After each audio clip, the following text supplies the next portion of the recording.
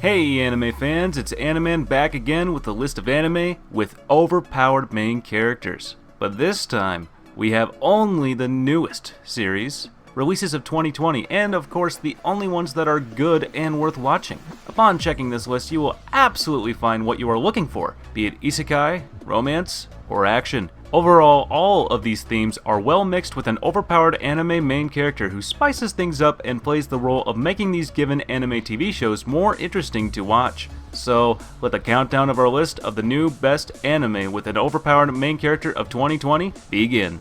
Before we start, here is a big shout out to the sponsors of this video. One Punch Man Road to Hero 2.0. This is an official RPG mobile game which follows the same anime storylines and cutscenes, and there are over 50 heroes to collect from the anime such as Saitama, Janos, Sonic, King, and a whole lot more to make sure you create the strongest team and formation to rise in the ranks of the Hero Association leaderboards. You can change the formation of your team before each battle, but you'd better off just having strong allies and not messing around with formations until much later in the game. After all, strength is more important than strategy, as is the One Punch Man motto.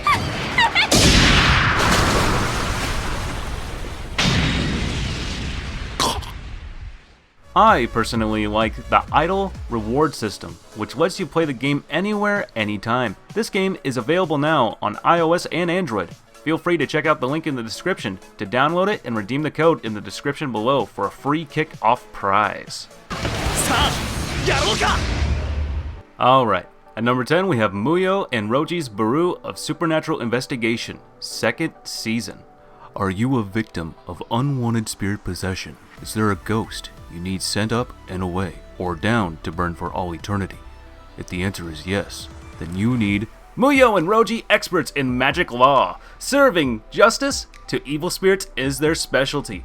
The story itself is great though, and one thing that I really enjoy is that it establishes a villain and a plot, and everything else expands from there, with every arc being about getting closer to him in some way. It all culminates in a final battle that, rather than going for epic fights, goes into an intense battle against the clock. I became a fan of this series around 2 or 3 years ago by reading the manga, and legit fell in love with the series. It has a really cool concept, and the manga gets better and better as it goes on. I was honestly super excited to watch the 2nd season of this anime. Be sure to give this one a watch. Number 9. Pet.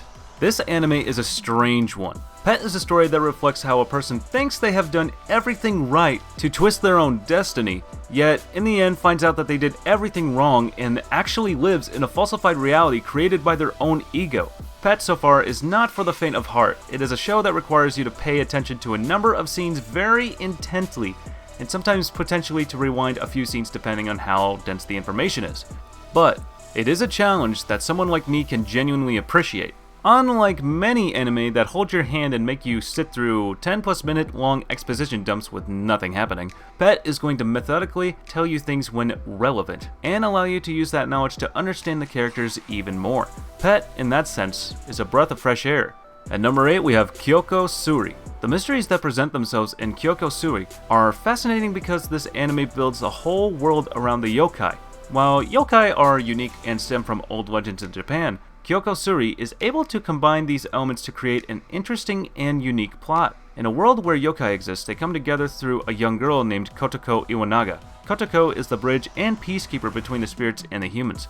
But even she has her own unique set of worldly problems. She seeks a romantic relationship with Kuro, who is cursed with unique abilities from consuming 2 yokai when he was younger. The two form an unlikely relationship that blossoms from the problems of the yokai world. The duo is uniquely suited for this type of work when they come across the yokai of a late celebrity brought back to life through Kuro's cousin's actions.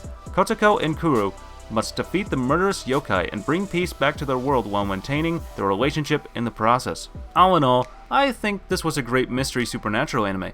It gives a refreshing view on mystery and what it can do. At number 7 we have Cagaster of an Insect's Cage. Set in a post-apocalyptic future where most of the human population has turned into giant man-eating insects, the ones who hasn't struggle to survive in the dystopian future. One of these people is Kido, who's assigned on an escort mission to bring back the daughter of a dead guy to her mother. But that's forgotten about for the time being, and instead we are given much needed world building and more fleshed out characters. It's around the halfway point that the main story gets back to focus, which I think is the more entertaining part. They explore one of the main characters' past while at the same time telling us more about why this epidemic started in the first place. Overall, I would recommend for a quick watch. It was enjoyable enough that I would want to watch it again, and I kind of look forward to a new season that will hopefully come out later on. And in number 6, we have the daily life of the Immortal King. As a cultivation genius who has achieved a new realm every 2 years since he was a year old, Wang Ling is a near invincible existence with prowess far beyond his control. But now that he's 16, he faces his greatest battle yet, his senior year of high school. With one challenge after another popping up, his plans for a low-key high school life seem further and further away. Aha! The second Chinese anime I watched which I didn't drop. This anime is pretty much of the first anime that helped me adapt to the language of the gods. It's a simple anime about an overpowered main character who hides his power, trying his best not to release his power much, or else the world will be destroyed. This is highly recommended for those who are seeking for an overpowered main character anime, as this could pretty much be considered as the Chinese version of One Punch Man. At number 5, we have ID Invaded. ID Invaded starts off as a quite interesting detective anime where we follow the investigations on the culprit consciousness, or rather, their ID well. The brilliant detective Sakaido will wake up as the culprit's ID, well, with no memories whatsoever of his past, but he will be tied to a dead girl and she is responsible for being the conduit between this memoryless, lost person to a brilliant detective to discover who killed that girl. ID Invaded has this ability to construct a mind-bending story premise by intertwining reality and fantasy, but in a way, it doesn't succumb to its own madness. It consists of sci-fi elements that will mess with one's morale and mystery that keeps one at the edge of the seat. However, even with twists, the plot doesn't deviate away from what it's set out to be, but converges through seemingly unrelated cases towards one, the creator of serial killers. It's like a maze within a maze, and the only way to solve it is layer by layer. At number 4, we have the Misfit of Demon King Academy. In this anime, our main character is confident, arrogant, cocky, all of the above. I mean, why wouldn't he? He is the damn demon lord who is reborn to reclaim this title. He can do what he wants. This is why I do feel the super overpoweredness is done in a good way.